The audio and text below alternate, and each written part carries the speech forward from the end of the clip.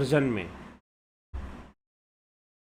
प्रत्येक दिवस की भांति आज भी हम यहाँ पर यह लाइव चर्चा का कार्यक्रम शुरू कर रहे हैं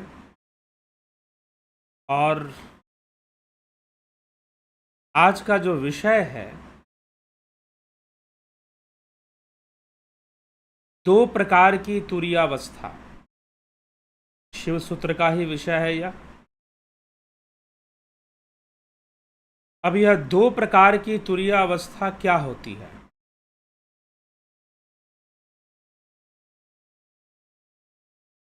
हम इस विषय पर आज चर्चा करेंगे। बड़ा ही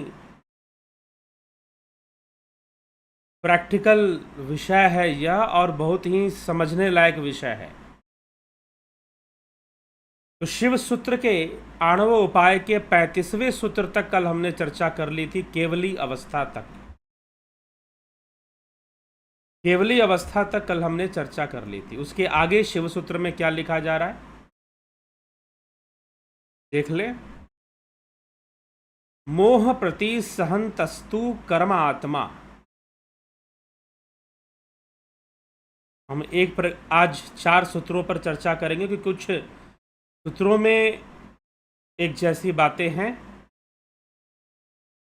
तो अज्ञान से मूढ़ होकर वह संसारी लोग शुभ और अशुभ से कलंकित होते हैं। क्यों ऐसा कहा जा रहा है?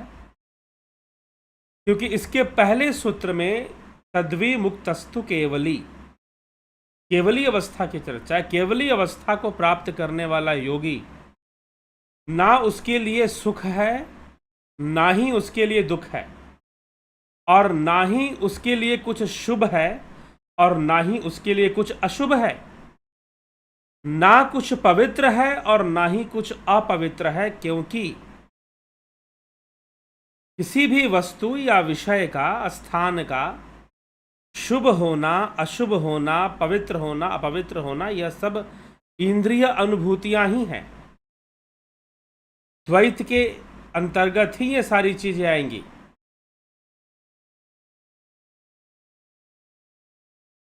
सुख दुख से मुक्त संस्कारों से अस्पृष्ट योगी चिन्मय केवली कहलाता है, वह केवली कहलाता है। लेकिन जो नहीं है वह अज्ञान से मूढ़ एक सांसारी मनुष्य जो है वह शुभ और अशुभ से कलंकित होता रहता है। कभी शुभ अशुभ से, कभी मान सम्मान से, इन सब अवस्थाओं से गुजरता रहता है। फिर 36वें सूत्र में कहा जा रहा है भेद तिरस्कारे सर्गांतर कर्मत्वम, अर्थात योगी को कर्म तत्व की प्राप्ति होती है, उसे कर्ण शक्ति की प्राप्ति होती है। अर्थात ऐसी अवस्था को प्राप्त करने वाला जो योगी है उसके लिए कहा गया वह भेदभाव को तिरस्कृत करता हुआ, भेदभाव को त्याग देता है। शुभ क्या, अशुभ क्या, सुख दुख क्या, सम अवस्था जिसको भगवान कृष्ण भी श्रीमद् भगवद गीता में समझाने का प्रयास करते हैं कि सुख दुखे समय कृत्वा लाभा लाभो जया जो, सम्यक अवस्था तिरस्कृत करता हुआ, कार्म मल के स्पर्श से ही नहीं बना रहता हुआ, कर्म में कभी लिप्त नहीं होता, जबकि वह सब कुछ कर सकता है, अपनी इच्छा मात्र से सृष्टि आदि सब कुछ कर सकता है। लेकिन कर्म होते हुए भी कर्म में उसका भाग नहीं होता, वो लिप्त नहीं होता। जो प्राकृतिक रूप से जो चीजें हो रही हैं, जो शक्तियां काम कर रही हैं, वो बस कर रही हैं। वह कर्म मल से अविच्छिन्न मानव भी, जो कर्म मल से भरा हुआ मनुष्य है, अगर वह शिव योग की दृष्टि का आश्रय लेकर भेद का तिरस्कार कर दे तो वह भी शिवतुल्य बन सकता है। इस सूत्र का अर्थ है कि कर्म मल की प्राप्ति उसे नहीं होती। कर्म मल, अब कर्म फल और कर्म मल, जी हाँ, एक ही बात है। कर्मों का परिणाम स्वरूप जो फल प्राप्त हो रहा है वो कर्म का मल ही तो है, तो उसमें लिप्त ना होता। लेकिन उसके पास क्या होती है, 37वें सूत्र में बताया जा रहा है, करण शक्ति ही स्वतो अनुभवात। बहुत ही अद्भुत सूत्र है ये, करण शक्ति स्वतो अनुभवात। योगी स्व अनुभूति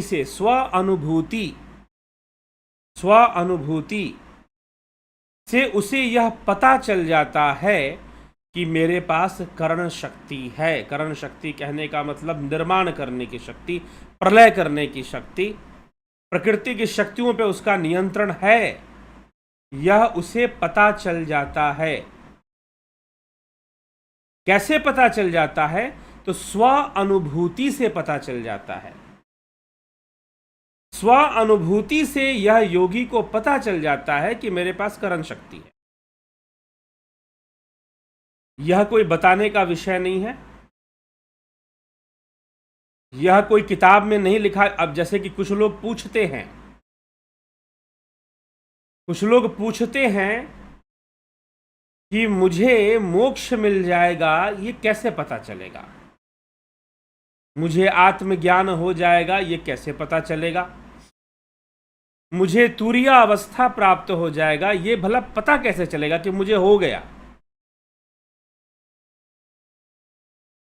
कई बार यहां पर भी प्रश्न किया, और कई लोग ऐसे प्रश्न करते, गुरु जी हमें मुक्ति मिल गई, ये कैसे पता चलेगा? अरे भाई, मुक्ति का मतलब समझ लो, मुक्ति क्या चीज है।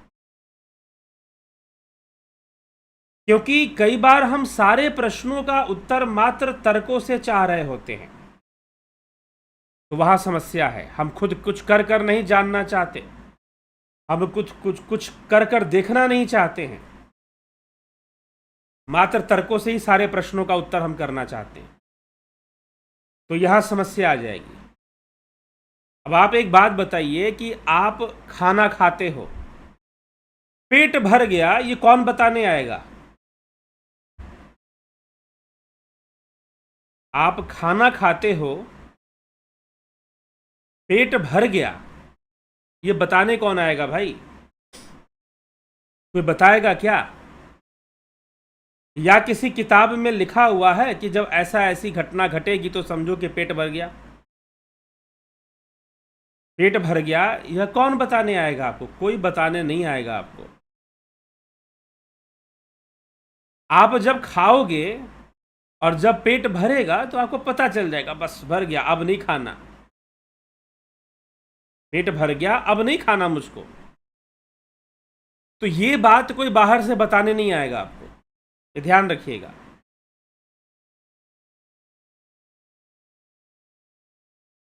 आपको मुक्ति मिल जाएगी, यह भी कोई बताने नहीं आएगा, यह स्व अनुभूति का विषय है।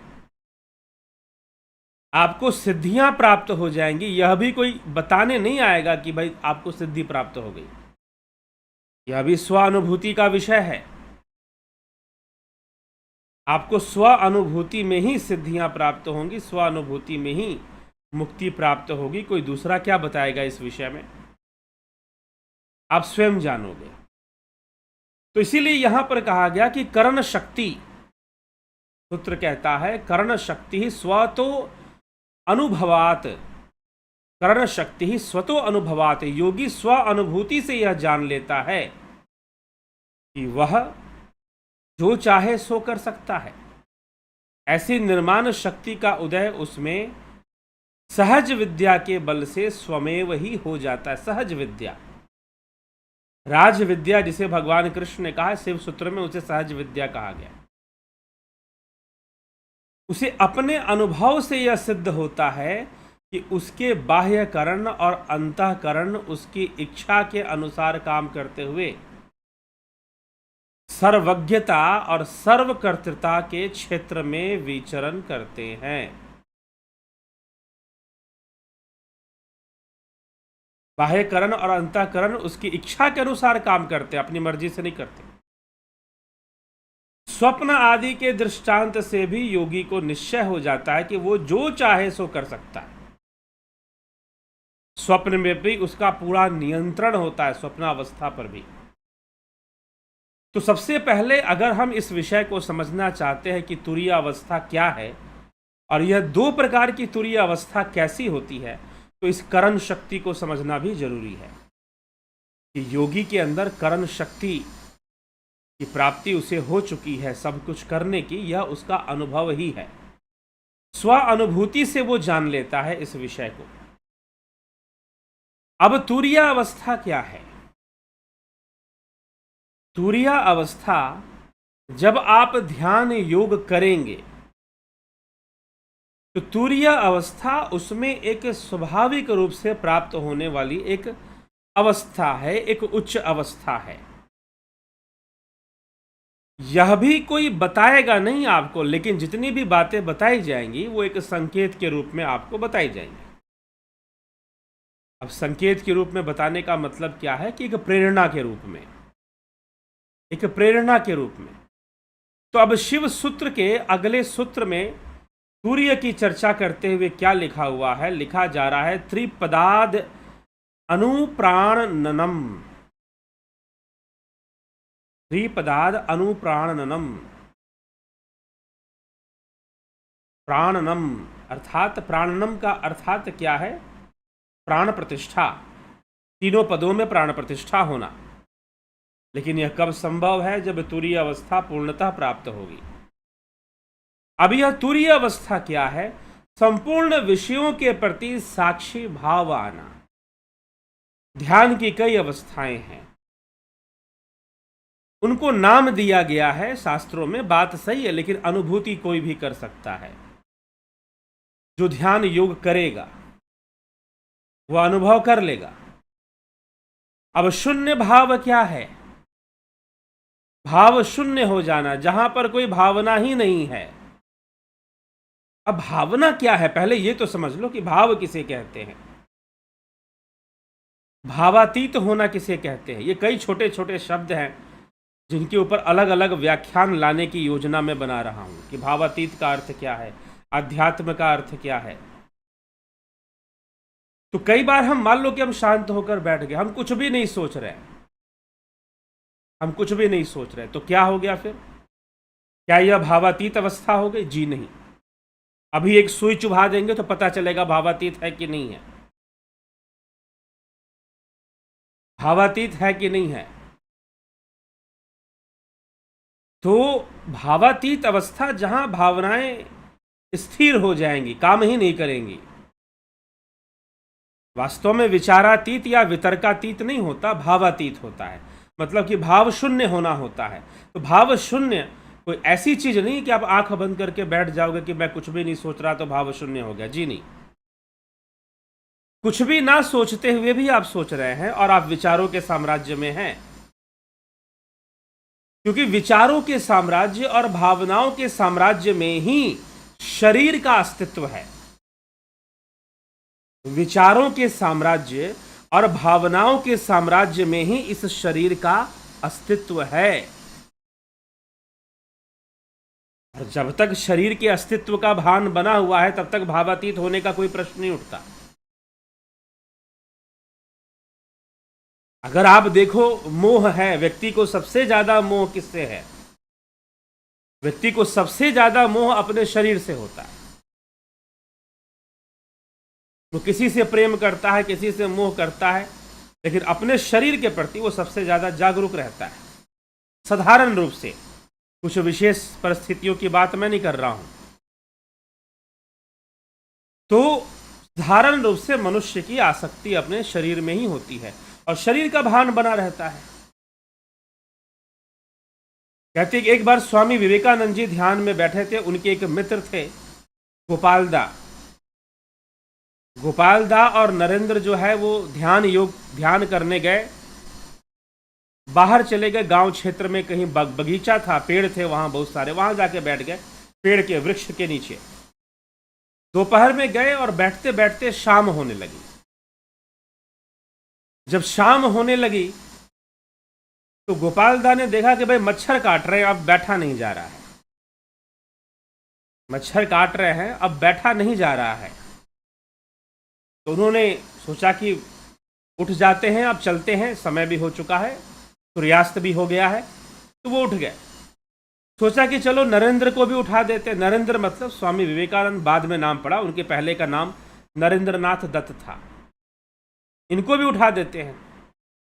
जब उठाने के लिए देखा तो उनके अगल बगल में बैठे, बगल में ही बैठे थे लेकिन दिखे नहीं, नजर नहीं आए। तो क्या देखते हैं कि यहाँ कोई साधु, कोई व्यक्ति बैठा तो है, लेकिन ऐसा लग रहा है जैसे कंबल ओढ़ के बैठा हुआ है। उन्होंने सोचा कि भाई इसने इस जंगल में, इस जंगल में दूर दूर तक कोई घर तो हमारे आसपास है नहीं, तो ये नरेंद्र को कंबल कहाँ से मिल गया जो कंबल ओढ़ के बैठा हुआ है। उनको बड़ा आश्चर्य हुआ।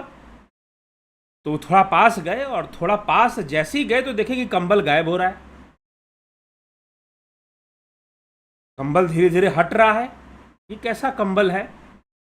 और जब वो बहुत नजदीक जाकर उन्होंने उनके कंधे पे हाथ रखा तो देखा कि बहुत सारे मच्छर उनके शरीर से चिपटे हुए थे। बहुत सारे मच्छर उनके शरीर से चिपटे हुए थे, उनका खून चूस रहे थे, लेकिन नरेंद्र को कुछ पता नहीं था कि क्या हो रहा है। एक मैं उदाहरण दे रहा हूं।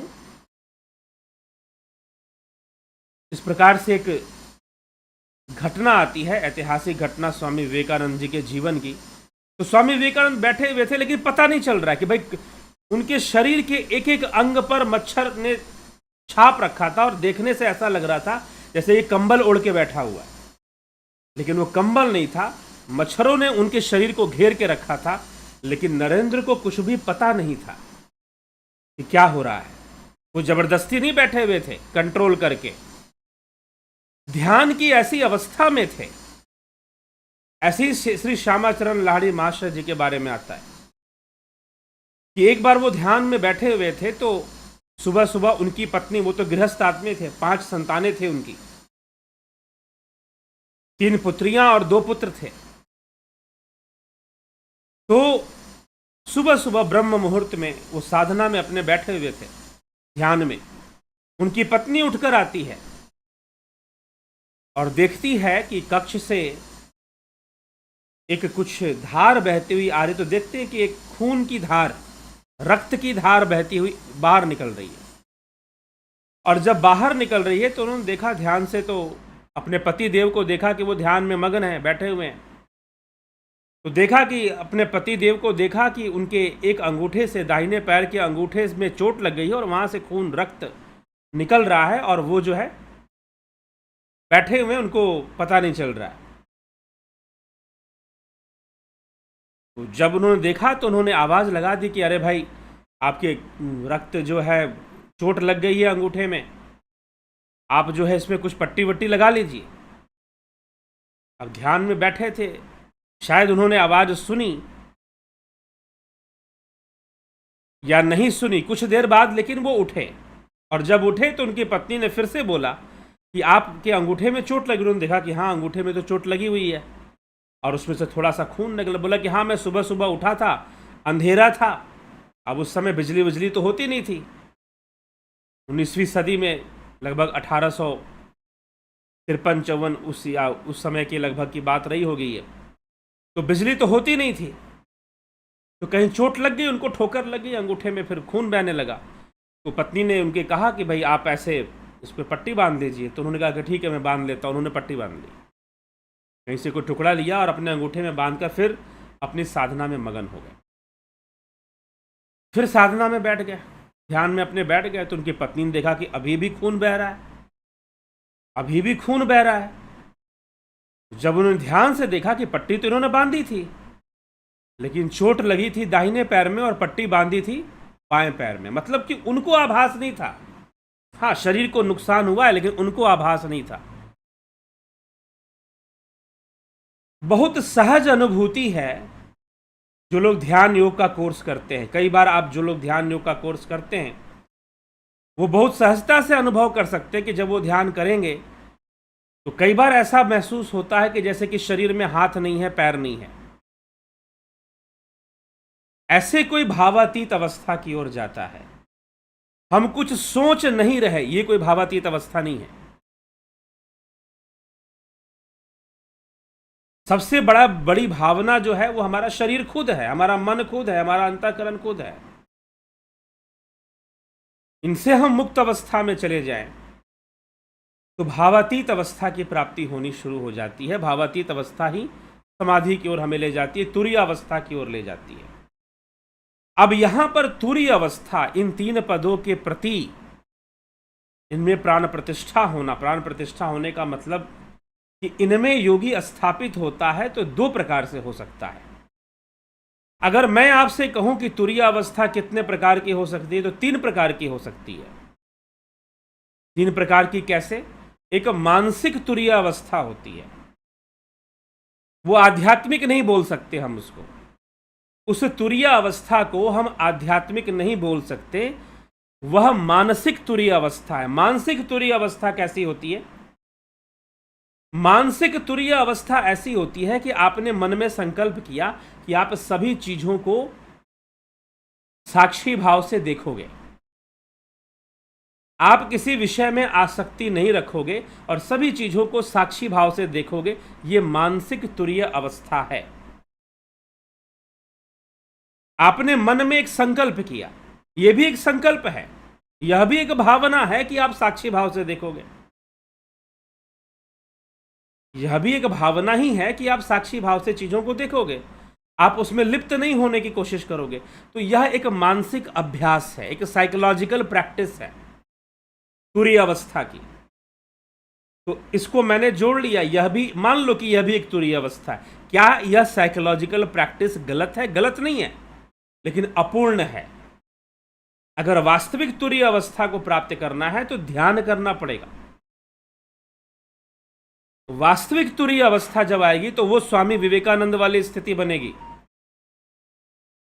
जो मैंने बताया। उसको हर चीज के प्रति किसी में कोई इन्वॉल्वमेंट नहीं होगी, उसकी साक्षी भाव होगा लेकिन इन्वॉल्वमेंट नहीं होगा, ना दुख में इन्वॉल्व होगा ना सुख में इन्वॉल्व होगा। सबको ऐसे देखेगा जैसे कि दृश्य मात्र है, सामने से गुजर रहा है बस। और यह कोई जबरदस्ती नहीं होता है, यह भी ध्यान रखिएगा। हां, अगर आप जबरदस्ती करते हैं तो वो एक साइकोलॉजिकल प्रैक्टिस है, तुरीय अवस्था की साइकोलॉजिकल प्रैक्टिस है वो।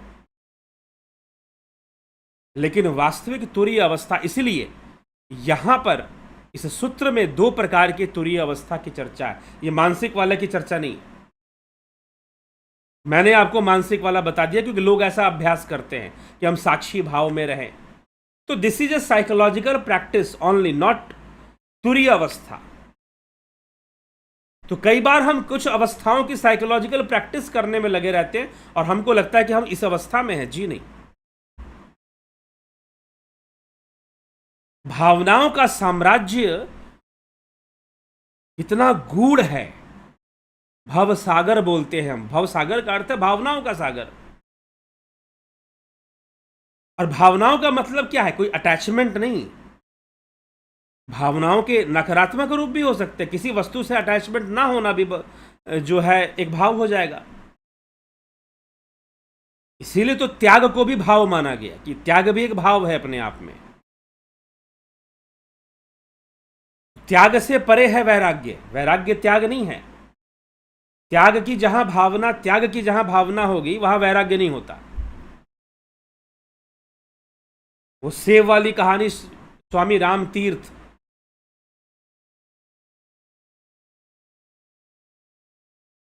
योगी हुए, वो भी गृहस्थ व्यक्ति थे।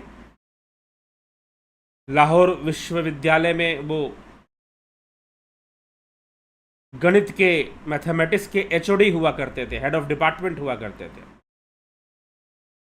बाद में उन्होंने संन्यास लिया। तो वो कहते कि उनको सेब बड़े पसंद थे और चाहते थे कि अब मुझे पसंद ना आए। तो मित्र के घर पे गए तो सेब खाने को मिले तो उन्होंने मुंह घुमा लिया। मित्र ने कहा ये कोई वैराग्य नहीं है, ये कोई त्याग, जबरदस्ती का त्याग है, कोई वैराग्य भी नहीं है। ये तो वैराग्य तो तब है जब तुम इसको देखो और इसके और खाओ। तुम खाओ भी फिर भी इसके स्वाद में उलझो ना। तुम खाओ, तुम्हें स्वाद भी मिले, लेकिन तुम इसके स्वाद में उलझो ना, तब जाकर होगा वैराग्य। कि राग नहीं उत्पन्न हुआ, स्वादिष्ट सेव खाया, स्वाद भी मिला, लेकिन उस स्वाद के प्रति कोई राग उत्पन्न नहीं हुआ, तो विराग हो गया। तो वैराग्य भी बड़ी ऐसी कोई चीज नहीं, इसलिए त्याग और वैराग्य में बड़ा अंतर हो जाता है। तो ये विषय भी हमें समझना चाहिए। तो ये सारी चीजें कोई ऐसे एक साइकोलॉजिकल प्रैक्टिस से नहीं आ जाती हैं, ध्यान से आती हैं। वैराग्य भी ध्यान से आता है, सही वैराग्य, क्योंकि वैराग्य स्थापित ही तभी होगा जब साक्षी भाव आएगा, और साक्षी भाव ध्यान की अवस्था है, ना कि कोई साइकोलॉजिकल प्रैक्टिस है। साइकोलॉजिकल प्रैक्टिस गलत नहीं है, करना चाहिए, मैं ये नहीं बोल रहा हूं कि गलत है वो, लेकिन उसमें त्रुटि हो सकती है, उसमें पतन हो सकता है। और ध्यान के द्वारा जो तुरीय अवस्था प्राप्त होती है वो दो प्रकार की होती है, वो दो प्रकार की होती है। यहां पर दो प्रकार की तुरीय अवस्था की चर्चा की जा रही है।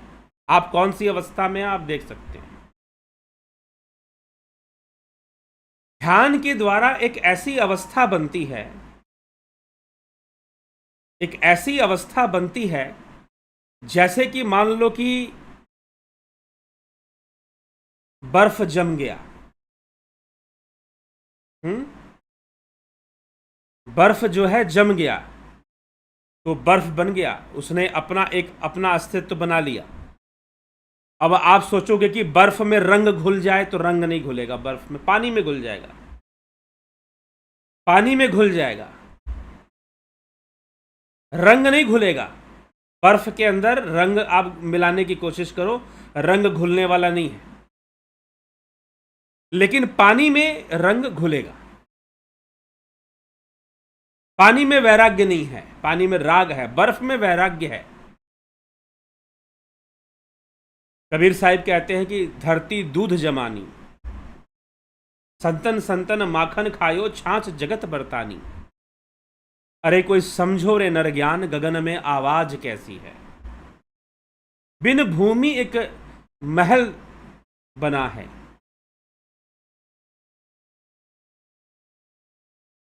तामे ज्योत उजारी। बिना भूमि के मंदिर है, महल है।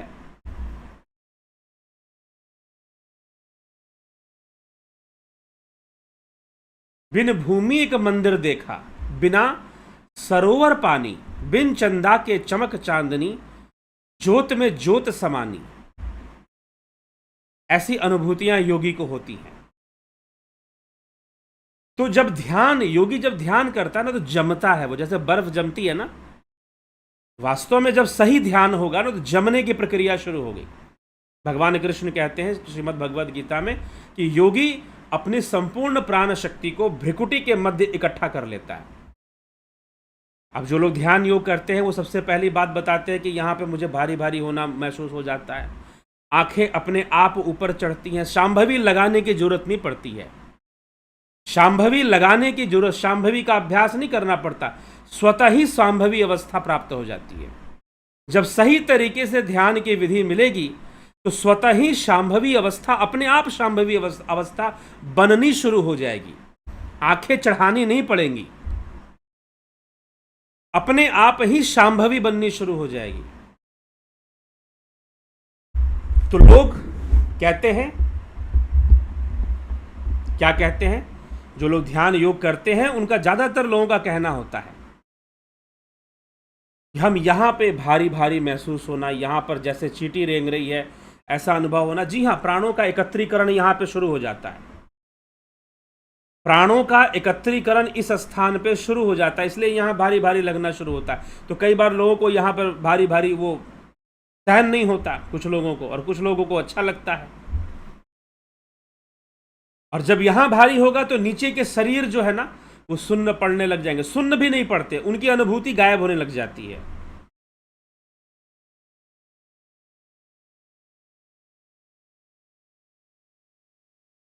कई ऐसे योगियों के जीवन में ऐसी घटनाएं अगर उनकी जीवनी पढ़ेंगे तो आपको मिलेगा कि जैसे गले के नीचे पूरा शरीर है ही नहीं, पता ही नहीं चलता कि गले के नीचे कुछ है। ऐसी अवस्थाएं बननी शुरू हो जाती हैं। तो जब यहां भारी भारी लगना शुरू होगा तो संपूर्ण जब यहां पर एकत्र होगा, और ये आनंद में पहले पहले थोड़ा सा, क्योंकि हमें उस ऊर्जा के वेग को सहन करने की आदत नहीं है। जो प्राणिक एनर्जी है, जब वो ऊपर अपवर्ड डायरेक्शन में जाती है, यहां पे इकट्ठा होना पहले शुरू होती है, फिर वो नाद से आगे की यात्रा भी करती है, नाद ध्यान से। तो जब यहां पर इकट्ठा होना शुरू होती है नाम से, जब नाम सुमरन होगा तो यहां पे इकट्ठा होना शुरू हो जाएगी वो। तो फिर साक्षी भाव विकसित होना यहीं से शुरू होता है। शरीर के प्रति भी साक्षी भाव आना शुरू हो जाता है। और जैसे कि बर्फ जमती है, मैंने एक उदाहरण लिया, बर्फ जमती है, वैसे हमारी संवेदनाएं, हमारी जो चेतना जो है वो जमनी शुरू हो जाती है। और जो जमी हुई जो प्राण शक्ति है वो प्रतिक्रिया नहीं देती, उसके अंदर साक्षी भाव आ जाता है। फिर वो प्रत्येक घटना को साक्षी भाव से अपने आप स्वाभाविक रूप से देखता है, जबरदस्ती नहीं, कोई मानसिक अभ्यास नहीं है ये कि मैं साक्षी भाव बना के रखूंगा, जी नहीं, यह ध्यान का परिणाम है। यह साधना करने का, ध्यान योग अभ्यास का परिणाम के रूप में चीज आनी शुरू हो जाती है। तो तुरीय अवस्था फिर स्थापित होता है। अब यहां पर दो प्रकार की तुरीय अवस्था है, दो प्रकार के साधक, जिनकी दो प्रकार की, वो दो प्रकार के नहीं है, एक थोड़ी निचली क्लास के हैं, एक अगले क्लास के हैं। तो जो निचली क्लास वाले हैं, जो ध्यान कर रहे हैं, उनकी तुरीय अवस्था मात्र ध्यान की अवस्था में बनी रहती है। जब वो साधना करेंगे, ध्यान में बैठेंगे तो तुरीय अवस्था में चले जाएंगे। जी हां, जब वो साधना करेंगे, ध्यान करेंगे तो वो तुरीय अवस्था में चले जाएंगे। लेकिन जैसे ही ध्यान से उठ जाएंगे तो उनकी तुरीय अवस्था खंडित हो जाती है और फिर वो संसार में राग के साथ ही रहते हैं। तुरीय अवस्था से ही वैराग्य स्थापित होता है, तो वो राग के साथ ही रहते हैं, मतलब विषयों में राग उनका बना रहता है। तो ऐसी अवस्था में योगी रहते हैं कुछ योगी। तो एक प्रकार की तुरीय अवस्था ये हुआ।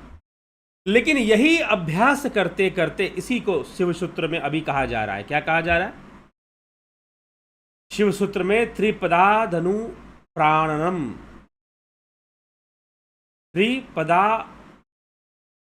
त्रिपदाद अनुप्राणनम, अर्थात क्या अर्थ है? शिव योगी को तीनों ही जागृत आदि पदों की आदि भूत पद का उद्बोधन होता है, अर्थात सर्वत्र तुरीय अवस्था की अभिव्यक्ति होती है। सर्वत्र प्रबुद्ध योगियों को, प्रबुद्ध योगी कौन है? प्रबुद्ध योगी जो जान गए हैं, जो ध्यान योग इन्होंने किया है, प्रबुद्ध योगियों को यह अभिव्यक्ति अंतर्मुखी होने पर ही होती है। मतलब कि मात्र ध्यान की अवस्था में, जब वो साधना करेंगे, ध्यान योग में बैठेंगे, तभी उनको तुरीय अवस्था की अवस्था बनती है, नहीं तो नहीं बनती। किसके साथ होता है? उनको कहा जा रहा है प्रबुद्ध योगी। लेकिन एक योगी होते हैं सुप्रबुद्ध, उन्हें कहा जा रहा है सुप्रबुद्ध, मतलब प्रबुद्ध से सीनियर लेवल पे चले गए वो। तो सुप्रबुद्ध योगियों को ध्यान अंतर्मुखी अवस्था में भी, अंतर्मुखी मतलब ध्यान की अवस्था में भी, और बहिर्मुखता की अवस्था में भी, व्यवहारिकता में भी उनकी तुरीय अवस्था बनी रहती है। उनकी तुरीय अवस्था बनी रहती है, स्वप्न में भी बनी रहती है, सुषुप्ति में भी बनी रहती है। उनका इन्वॉल्वमेंट उन सब चीज, उन अवस्थाओं में नहीं होता है। इन्वॉल्वमेंट नहीं होता, वो इन्वॉल्व नहीं होते। इसको चौथी अवस्था भी कहते हैं, चतुर्थ अवस्था भी कहते हैं। अब जिसने नहीं अनुभव किया वो कुछ और ही अपना थ्योरी देता रहे, वो एक अलग बात है।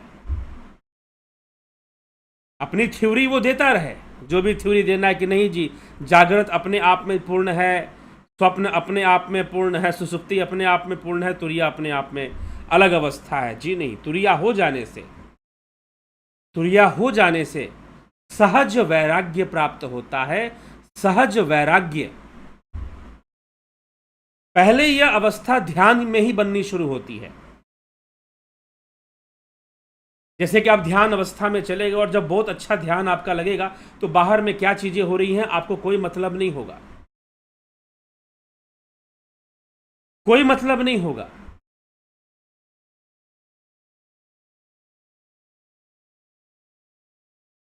ऐसी अवस्था बननी शुरू हो जाती है, कोई मतलब आपको पता ही नहीं चलेगा कि क्या बाहर हो रहा है। जैसे कि शमीक ऋषि ऐसे बैठे हुए थे और राजा परीक्षित गए और उनके ऊपर सांप डाल के आ गए। उनको कोई मतलब नहीं, उनको पता भी नहीं चला कि भाई मेरे साथ शरीर के साथ क्या हुआ है। उस समय तो योगी तरंगों के बीच में होता है, एक अद्भुत आनंद की एक अवस्था बनती है, अद्भुत आनंद की, जमने का आनंद। जैसे कि हम जम गए हैं, जकड़ नहीं गए हैं जैसे शरीर जकड़ जाता है, नहीं, तरंगों में, जैसे कि मस्तिष्क के अंदर आनंद वाली तरंगे उठती हैं, ऐसे ऐसे वाइब्रेशंस अनुभव हो रहे होते हैं जिसमें कि मजा आता है।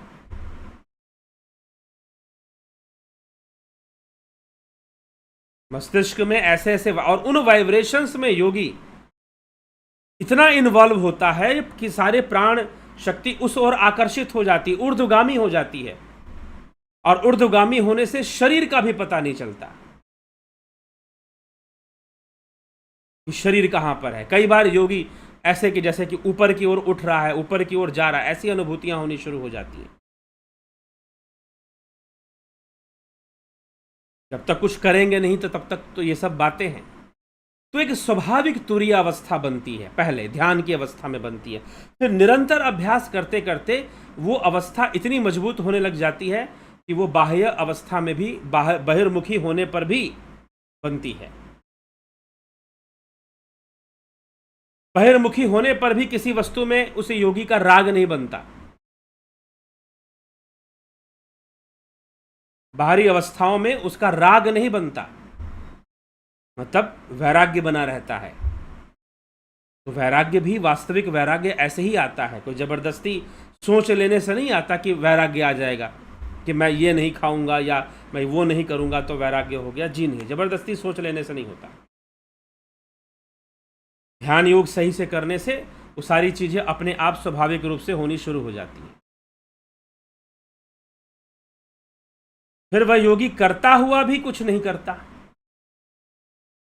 करता हुआ भी कुछ नहीं करता, ऐसी अवस्था बनेगी उसकी, फिर निष्काम कर्म बनेगा। फिर बस सामने परिस्थितियां हैं तो हैं, उन परिस्थितियों में वो कर्म भी करेगा तो अनासक्त, सारी चीजों को एक बहती हुई नदी के समान देखता है कि बस सामने से दृश्य गुजर रहे हैं और मैं बस देख रहा हूं, लेकिन उसमें इन्वॉल्व, बाहरी रूप से इन्वॉल्व भी हो रहा हूं, लेकिन फिर भी कोई मतलब नहीं। और ये सब चीजें देखिए, कई बार मुझे ऐसे लोग, ये सब चीजें छोड़िए, मैं किसी व्यक्ति पर नहीं जाऊंगा अभी, यह सब चीजें कोई किसी को बहुत कहने और बताने की भी नहीं चीजें हैं। जो अनुभव करता है बस वो अनुभव करता है, वो जानता है।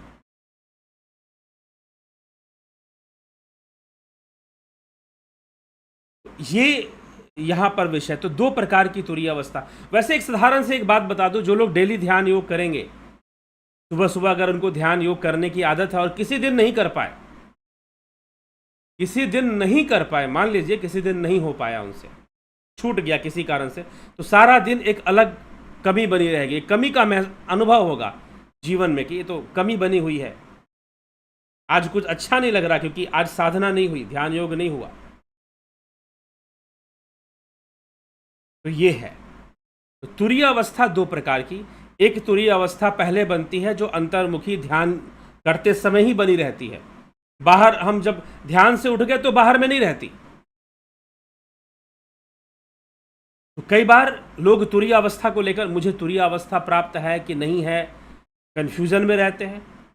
तो आप समझ लीजिए, अगर आप ध्यान योग करते हैं तभी वास्तविक तुरीय अवस्था को प्राप्त कर पाएंगे, और पहले यह ध्यान में ही बनेगी। आप जब साधना करने बैठेंगे तो उस समय रहेगी, जैसे ही उठ जाएंगे संसारिकता में तो फिर आप रागी बन जाएंगे, वैराग्य वहां पर नहीं रहेगा, वहां तुरीय अवस्था नहीं रहेगी, वहां साक्षी भाव नहीं रहेगा। और फिर और डेवलप कर जाएंगे, साधना करते करते और विकसित हो जाएंगे। तो और जब और विकसित हो जाएंगे तो संसार की चीजों में भी एक स्वाभाविक अनासक्ति बननी शुरू हो जाएगी। जबरदस्ती वाली भी नहीं, स्वाभाविक रूप से, प्राकृतिक रूप से, नेचुरली आप अनासक्त होना शुरू कर देंगे, निष्कामता आनी शुरू हो जाएगी। तो वहां पर साक्षी भाव आना शुरू होगा, तभी यह संभव है। तो हर चीज के प्रति मात्र आप साक्षी रहोगे, लेकिन उसमें रागी नहीं बनोगे। जहां रागी बन गए वहां साक्षी खत्म हो जाएगा, विरागी रहोगे। और यह वैराग्य स्वाभाविक रहेगा, कोई जबरदस्ती का वैराग्य नहीं होगा। ये कोई यह जबरदस्ती वाला वैराग्य नहीं कि मैं बहुत बड़ा वैरागी हूं, मैं बहुत बड़ा ये हूं, साधु हूं, संत हूं। ये एक स्वाभाविक वैराग्य आपके अंदर आ जाएगा। तो समझिए कि तुरीय अवस्था परिपक्व हो रही है, और फिर यही परिपक्व होते होते तुरीयातीत में बदल जाएगी। जब यह साक्षी बने रहने का भी भाव खत्म होने लगेगा कि नहीं यार, साक्षी भी नहीं बनना, अभी साक्षी वाली अवस्था से भी निकले, अब बाहर निकले, तो शून्य अवस्था की ओर आप जाना शुरू कर देंगे, तुरीयातीत की ओर प्रस्थान करेंगे, और तब जाकर आपको करण शक्ति प्राप्त होगी। लेकिन प्रकृति का रहस्य इतना समझ में आ जाएगा कि व्यक्ति को प्रकृति से कोई आसक्तियां नहीं रह जाती।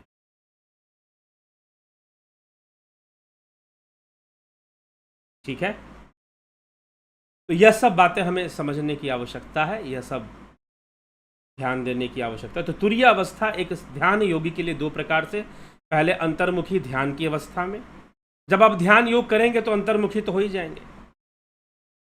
जब आप ध्यान योग करेंगे तो अंतर्मुखी तो हो ही जाएंगे, स्वाभाविक रूप से हो जाएंगे। ध्यान योग में सिखाया ही जाता है कि आप अंतर्मुखी हो जाएं। जिन लोगों ने ध्यान योग का कोर्स किया है, फिर तुरीय अवस्था, फिर तुरीयातीत अपने आप बनेगा, फिर उसकी परिपक्वता बनेगी। तो इसलिए दो प्रकार से तुरीय अवस्था का वर्णन यहाँ पर किया जा रहा है कि ये दो प्रकार की इस प्रकार से होती हैं, और बन जाने में, और जब पूर्ण रूपेण, अब यहाँ पर ढूंढ लीजिए जो सूत्र का अर्थ है। सूत्र का अर्थ है, सूत्र क्या कहता है? त्रिपदादनु प्राणनम, अर्थात जब बाहरी और भीतरी, मतलब ध्यान में भी और ध्यान से उठ जाने के बाद भी जब तुरीय अवस्था स्थापित हो जाती है, ऐसा बन जाता है, ऐसा हो जाता है, तो फिर क्या है? जब स्थापित हो जाती है और जब ऐसी बन जाती है तो फिर क्या है? फिर क्या होता है? फिर पूर्ण रूपेण जो प्राण है वो जम जाता है। नहीं तो ऐसे क्या होता है, जब आप ध्यान योग करने बैठे तो प्राण जो है एकत्र होते हैं, यहां पर आते हैं,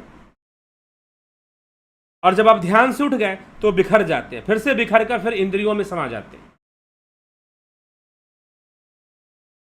फिर इंद्रियों में समा जाते। नहीं तो हम ध्यान योग किए तो यहां पर आए, फिर इंद्रियों में समा गए। लेकिन जब बाहर अंतर दोनों में तुरीय अवस्था की स्थापना होगी तो ऐसा नहीं होगा। उस व्यक्ति का ध्यान इतना परिपक्व हो जाता है कि सांसारिक काम करते हुए भी वो ध्यान में रहता है। इसलिए कहा ना, एक फकीर हुए, लेकिन उन्होंने जो साधनाएं की वो भारतीय धर्म साधना पर आधारित साधना उन्होंने की। आपने सुना होगा, तुरिया तुरिया जा फरीदा, तुरिया तुरिया जा, कि तुरिया अवस्था में रहते हुए संसार के सारे काम करो। लेकिन ये संभव कैसे है? बिना ध्यान योग के संभव नहीं है। साधक थे, तपस्वी थे,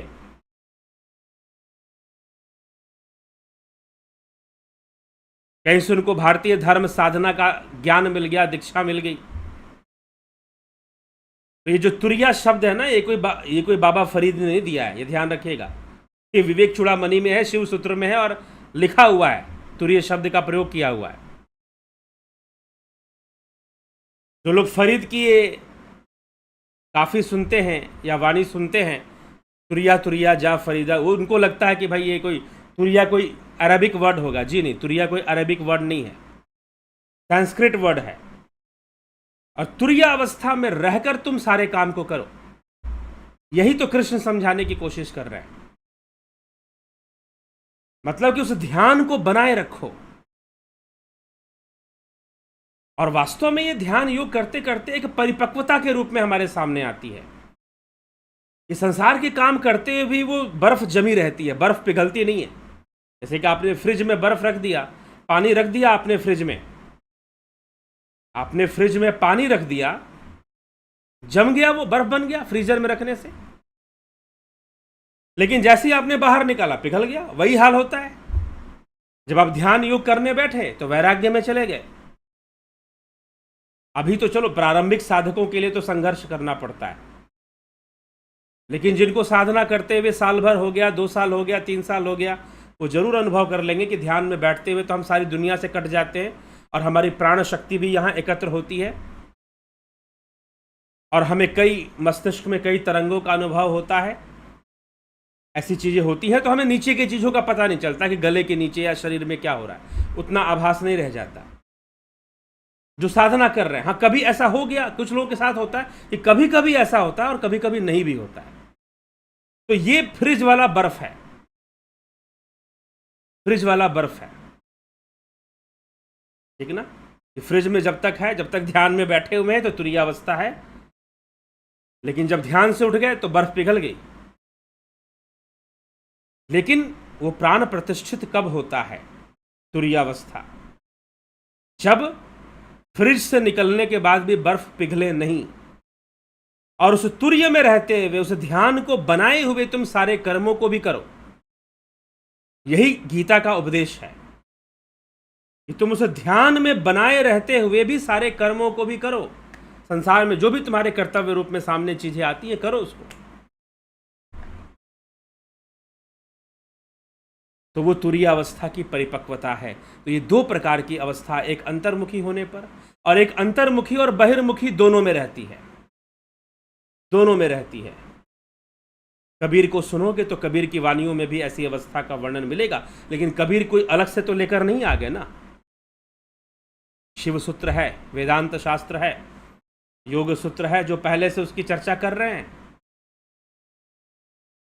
पहले से उसकी चर्चा कर रहे हैं। तो तुरीय अवस्था कोई साइकोलॉजिकल प्रैक्टिस नहीं है, लेकिन साइकोलॉजिकल प्रैक्टिस के रूप में कई लोग करते हैं कि भाई हम हर चीज़ को देखें, हम साक्षी भाव से देखें। ठीक है, अच्छी बात है, देखिए। मैं ये नहीं कह सकता कि वो प्रैक्टिस गलत है। अगर आप मानसिक रूप से भी ऐसा प्रैक्टिस कर रहे हैं तो वो गलत तो नहीं है, गलत तो नहीं है वो, लेकिन वो अधूरी चीज है। वो एक साइकोलॉजिकल प्रैक्टिस ही उसे कहेंगे और कुछ नहीं कह सकते उसको। ठीक है, चलिए।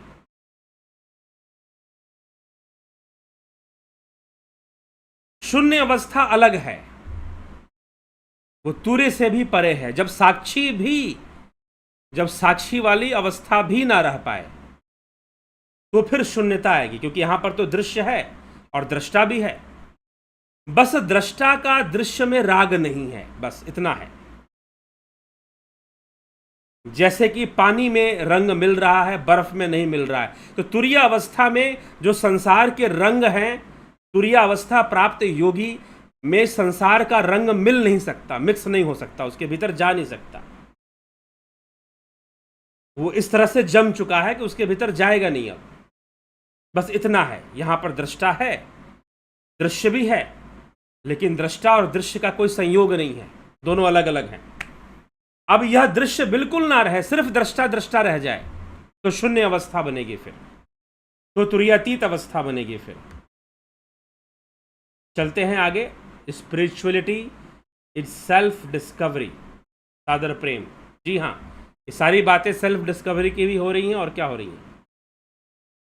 जोगेंद्र सिंह जी बहुत अभिनंदन है। अर्जन भाई चौहान, नवजोत नाथ जी, रविंद्र मकवाना, जगत नारायण जी, सविता नायक जी, राजू पाल, पवन कुमार गुप्ता, बिमला शाह, नरेश मेहरा, रूपलाल विश्वकर्मा, अमन कक्कर, विनोद के सूद, श्वेता राय सिन्हा जी, बहुत अभिनंदन है आपका। नरसाराम जी, रमेश पेशवानी जी, माधुरी कोले जी, गोविंद प्रसाद नीमा जी, MKPD, शंकर प्रसाद, कन्हई कुमार, वीरेंद्र मिश्रा जी, उत्कर्ष तिवारी जी, रतन सिंह जी, सतीश कुमार जी, रचना जी, बीकू कुचाड़िया जी, स्मिता सावंत, सुनिधि पाठक, शिवा शर्मा, कमलेश खैरनर, विष्णुचंद्र मौर्य, हीरालाल यादव, हरीश डंगवाल, रामविलास जी, जितेंद्र साहू, काशीनाथ जी, गणेश पवार, सीताराम माली, अनिल कुमार, बरखा पहवा, बहुत अभिनंदन है आपका। पुष्पा भाटी जी, AK त्यागी, लखेंद्र राम, योग यज्ञ बिमाली, अभिनंदन है यज्ञ बिमले जी। जलाराम रायका, मिथिलेश सिंह, मोहन रावत, विष्णुचंद्र जी,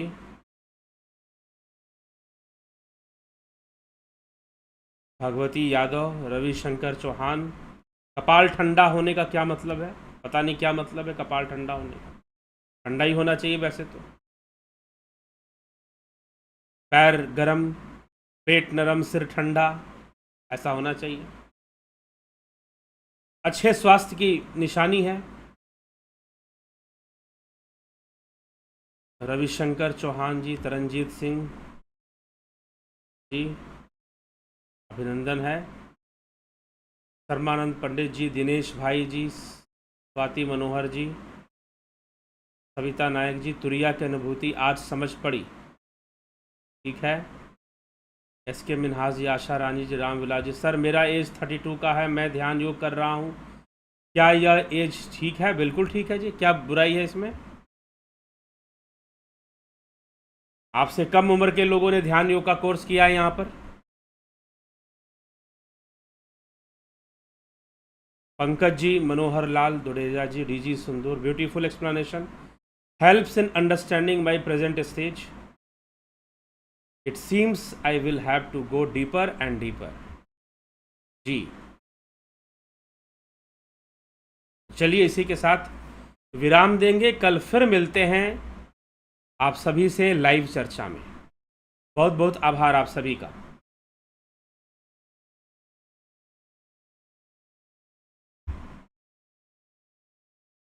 बताया था मैंने, थोड़ा सा एक सूचना है कि ऑफलाइन कार्यक्रम जो दिल्ली में करना चाहते हैं वो ज़रूर अपना संपर्क करें, अपने बारे में बताएं, ठीक है।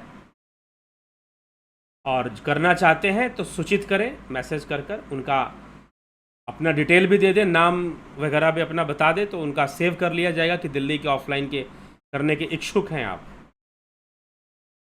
ठीक।